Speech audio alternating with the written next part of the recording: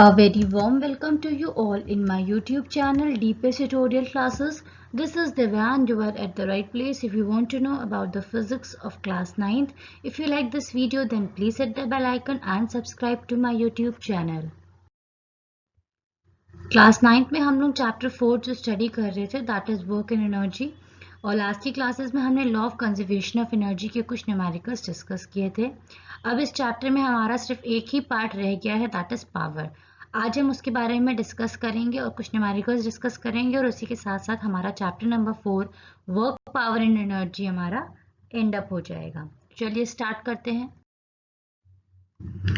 आज हम जानेंगे बेसिकली पावर क्या होता है। तो चलिए स्टार्ट करते हैं। What is power? Do all the students in the class have same capacity to perform a work? क्या क्लास में जितने भी बच्चे होते हैं सबके पास सेम कैपेसिटी होती है किसी भी वर्क को परफॉर्म करने के लिए? अगर नहीं तो उसी तरह जो डिफरेंट टाइप्स ऑफ मशीन्स होती हैं उनके भी कुछ ना कुछ अपनी अपनी कैपेबिलिटी अपनी अपनी कैपेसिटी होती है कि वो कितना वर्क परफॉर्म कर सकते हैं। बेसिकली यही जो पावर होती है, यही जो कैपेसिटी होती है किसी भी ह्यूमन बीइंग हम कंसीडर कर लें या किसी भी पर्सन की या किसी भी मशीन की, कि उसकी कितनी एफिशिएंसी है, वो कितनी कैपेसिटी है उस बॉडी की कोई भी काम करने की, उसी को बेसिकली हम क्या कहते हैं? पावर कहते हैं। तो देखिए इसमें और क्या लिखा हुआ है। Similarly all the machines do not have the same capacity. The capacity of a body और a machine depends upon the amount of energy associated with it. हम कितना काम कर सकते हैं ये किस चीज पर डिपेंड करेगा? हमारी बॉडी में कितनी ज्यादा एनर्जी है।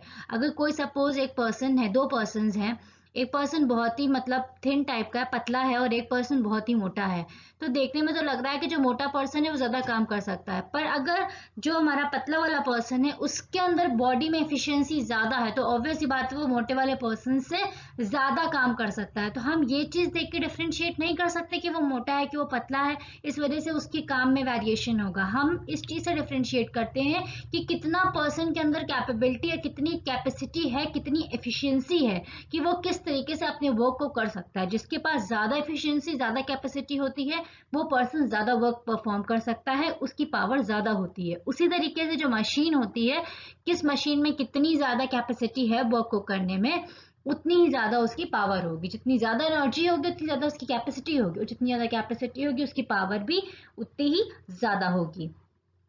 The efficiency of the machine or a body to perform a work is determined by its rate of performing that work. That is how much work is done in a unit time. किसी particular time period में वो machine कितना काम कर सकती है।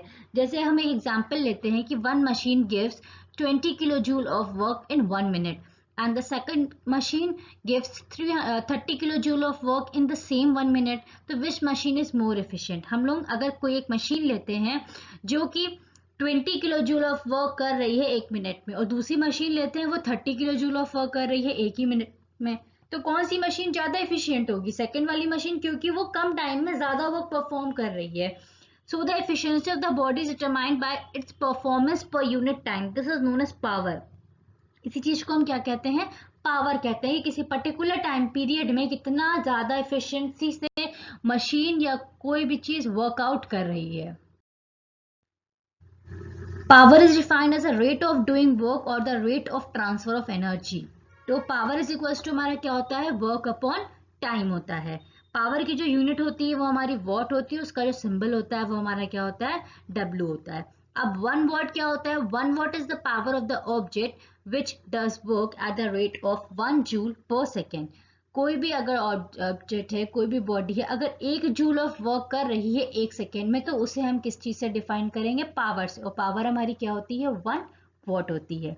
1 what को हम इस तरीके, पावर की यूनिट हमारी वॉट होती है, वर्क की हमारी जूल होती है और टाइम की हमारी सेकेंड होती है। तो हम लोग 1 watt is equal to 1 joule per second भी लिख सकते हैं। इसको हम इस तरीके से सिंबल के फॉर्म में डिनोट करते हैं। वॉट हम जानते हैं कि जैसे कि बहुत ही स्मॉल यूनिट होती है, तो जो हमारी लार्जर यूनिट होती है वो हमारी क्या होती है? किलोवाट होती है। और 1 किलोवाट में हमारे कितने होते हैं? 1000 वॉट होते हैं। या वॉट को ही हम जूल पर सेकेंड भी कहते हैं, तो हम 1 किलोवाट को equals to 1000 joule per second भी कह सकते हैं। 1 watt is equals to 1 joule per second. तो यहाँ पे हम 1000 वॉट भी लिख सकते हैं और हम 1000 जूल पर सेकेंड भी लिख सकते हैं। वॉट हमारी जो होती है वो छोटी यूनिट होती है और किलोवाट जो हमारी होती है वो बड़ी यूनिट होती है। The consumption of power by the machine depends upon the several factors. It is not same always, it may change with time. जो हमारी कोई भी बॉडी, कोई भी मशीन होती है, वो किस तरीके से हमारा पावर, उसका पावर ऑफ कंजप्शन क्या होता है, उस किस चीज़ पे, किस बेसिक फैक्टर्स पे वो डिपेंड करती है कि सबसे पहला कि वो हमेशा सेम नहीं होता है, और दूसरी चीज इट में चेंज विद टाइम, टाइम के साथ उसका जो पावर होता है वो वेरी करता रहता है। So as a concept of average power, अब जैसा कि सपोज हम कोई कंसिडर करें, सपोज कोई पर्सन है, वो कोई कार ड्राइव कर रहा है, तो हर पॉइंट पे उसकी जो स्पीड होगी वो सेम नहीं होगी, किसी पॉइंट पे डिफरेंट होगी, किसी पॉइंट पे सपोज जो रोड है हमारी पूरी तरीके से वैकेंट है, तो उस टाइम पे उसकी जो स्पीड होगी वो ज़्यादा हो जाएगी। सपोज कहीं कहीं किसी क्राउडेड एरिया में वो ड्राइव कर रहा है कोई पर्सन, तो उस टाइम पे उसकी स्पीड फास्ट नहीं होगी, उस टाइम पे स्लो हो जाएगी। तो उसी तरीके से जो मशीन्स होती है उनकी जो पावर होती है वो हर पॉइंट पे सेम नहीं होती है, कुछ ना कुछ, जैसे जैसे मशीन हमारी पुरानी होती जाती है वैसे वैसे उसकी जो एफिशिएंसी होती है वो कम होती जाती है। तो इसलिए उस फैक्टर को हम लोग एक तरह से स्पेसिफाई करने के लिए एक एवरेज पावर टर्म हमारा है, उसे हम निकालते हैं। एवरेज पावर मीन्स ओवरऑल इसका जो पावर होता है वो उस तरीके से हम उसको निकाल सकते हैं। तो एवरेज पावर जो हमारा होता है total energy consumed upon total time taken, total कितना टाइम लग रहा है वो और टोटल एनर्जी कितनी कंज्यूम हुई है वो, उससे हम क्या निकाल सकते हैं, एवरेज पावर निकाल सकते हैं। Average power of an agent is defined as a ratio of the total work to the total time taken, ये हमारा हो गया average power.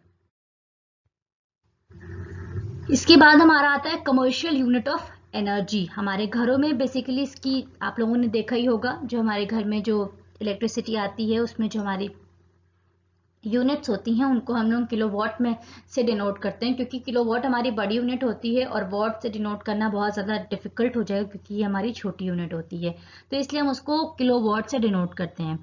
The unit joule is very small unit and therefore it is not suitable, we use a bigger unit of energy called as a kilowatt। जो bigger हमारी unit होती है वो kilowatt होती है। Second is also a very small unit of time, so instead of second we take time in hour।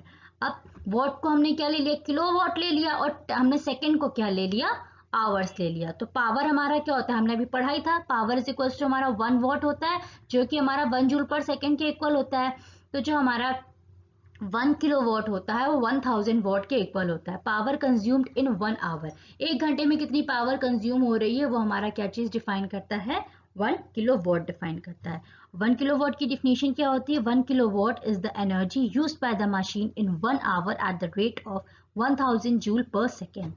ये हमारी होती है 1 किलोवाट। 1 किलोवाट को हम लोग इस तरीके से अलग अलग भी लिख सकते हैं, 1 किलोवाट इंटू 1 आवर, तो ये हमारा 1 किलोवाट इंटू 1 आवर हो जाएगा। 1 किलोवाट पे हमारे 1000 वॉट होते हैं और 1 आवर में हमारे 3600 सेकेंड्स होते हैं।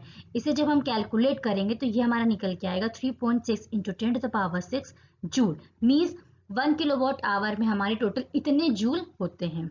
The electricity consumption is also measured in kilowatt our.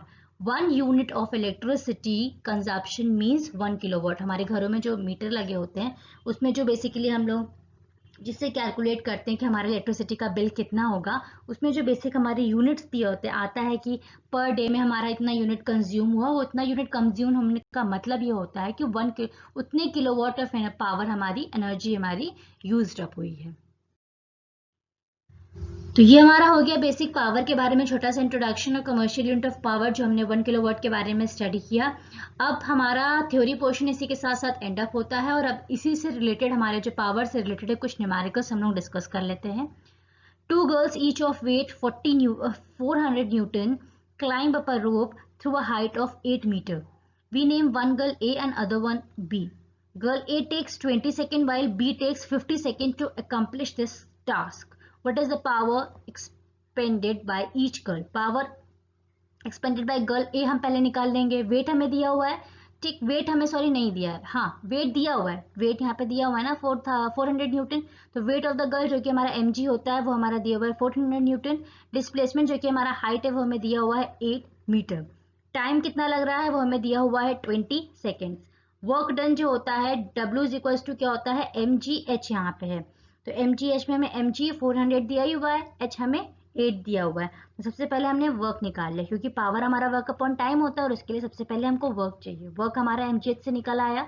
इसके बाद power is equals to work upon time होता है, वर्क हमारा 3200 निकल के आया, टाइम हमारा 20 दिया हुआ है। जब हम इसे कैंसिल आउट करेंगे तो ये हमारा क्या निकल के आएगा 160 what.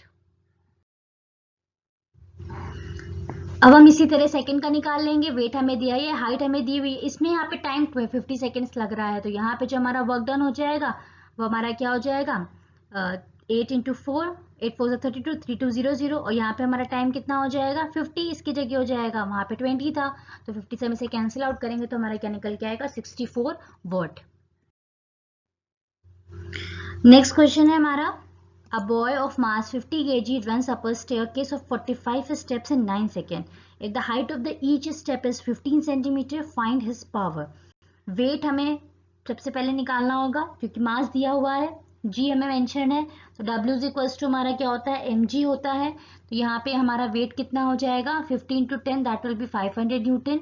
Height of the staircase हमें निकालना है, टोटल कितनी स्टेयरकेसेस है 45 है, ठीक है, और इसमें दिया हुआ है जैसे कि हमने यहाँ पे सेंटीमीटर में दिया है, यहाँ मीटर में हमें निकालना, तो सबसे पहले सेंटीमीटर को हम लोग मीटर में कन्वर्ट कर देंगे।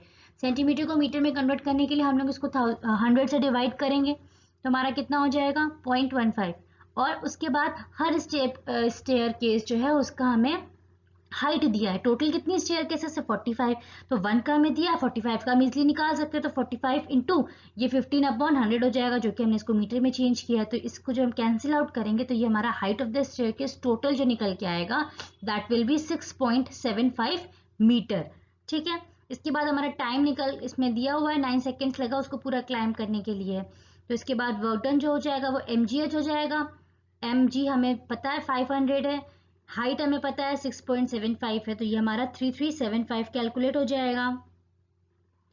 Power is equals to work upon time होता है, वर्क हमें यहाँ से पता है, ये टाइम हमें यहाँ से पता है, इसको जब हम कैंसिल आउट करेंगे तो ये हमारा निकल के आएगा 375 वॉट।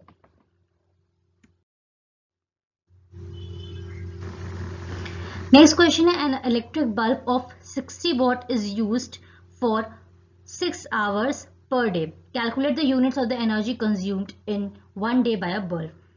इसमें हमें पावर दी हुई है, पावर हमें कितनी दी हुई है 60 वॉट। सबसे पहले हम इसको किलोवाट में चेंज करेंगे, तो हम क्या करेंगे इसको 1000 से डिवाइड कर देंगे, तो हमारा क्या निकल के आएगा 0.06 किलोवाट।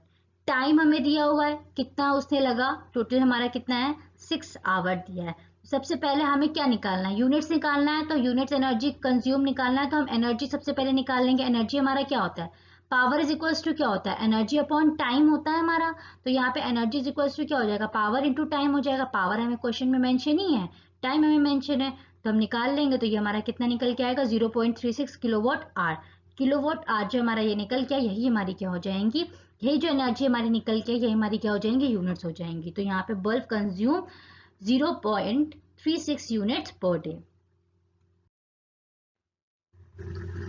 नेक्स्ट क्वेश्चन है, machine consumes 500 kilojoule of energy in 1.5 hour, calculate its power in what.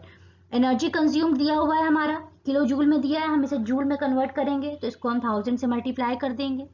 Time हमको आवर में दिया है, इसको हम सेकेंड में कन्वर्ट कर लेंगे, तो ये हमारा 5400 सेकेंड हो जाएगा। हमें क्या कैलकुलेट करना है पावर, ये सब हमने इसलिए कन्वर्जन के क्योंकि हमको पावर किस में निकालना है वॉट में निकालना है। किलो वॉट में निकालना होता तो हम इसको चेंज ना करते, पर चूंकि हमको वॉट में निकालना है तो हमें इसे जूल पर सेकेंड में कन्वर्ट करना पड़ेगा। Power is equals to work done upon time होता है, वर्क डन हमारा यहाँ से निकल के आ गया। एनर्जी कंज्यूम जो हमारा होता है वो क्या होता है वर्क डन ही तो होता है, तो हमारा वर्क डन हो गया। टाइम हमारा निकल के आएगा, जब हम दोनों को कैंसिल आउट करेंगे तो ये हमारा क्या होगा 92.6 वॉट, ये हमारा हो जाएगा पावर। नेक्स्ट क्वेश्चन है हमारा, Ravi's family has consumed 4000 units of energy during a month. How much energy is consumed in joule? 1 unit of energy जैसे कि हमको पता है 1 किलोवाट आवर होती है, 1 किलोवाट आवर में हमारे 3.6 इंटू 10⁻6 जूल होते हैं। अब हमें 4000 यूनिट ऑफ एनर्जी में निकालना है, जैसे 1 किलोवाट आवर में इतना होता है, तो इस तरह 4000 किलोवाट एनर्जी जो है उसमें हमारा कितना हो जाएगा 4000 इंटू 3.6 इंटू 10⁻6 जूल। इसको जब हम ये 0 है यहाँ पे हमारे ये एडअप हो जाएंगे, तो 6 से 7 8 9 3 0 हो जाएंगे, और 3.6 को जब हम 4 से मल्टीप्लाई करेंगे तो हमारा 14.4 आएगा। तो total energy consumed in joule जो हो जाएगा वो 14.4 इंटू 10⁻9 जूल हो जाएगा। तो फिलहाल आज की क्लास में इतना ही था। होप सो जो पावर के बारे में डिस्कस किया गया है क्लास में वो आपको अच्छे से क्लियर हो गया होगा, और जो भी न्यूमेरिकल्स डिस्कस किए गए हैं वो आप लोग एक बार अपनी कॉपी में नोट डाउन करके फिर से प्रैक्टिस कर लीजिएगा।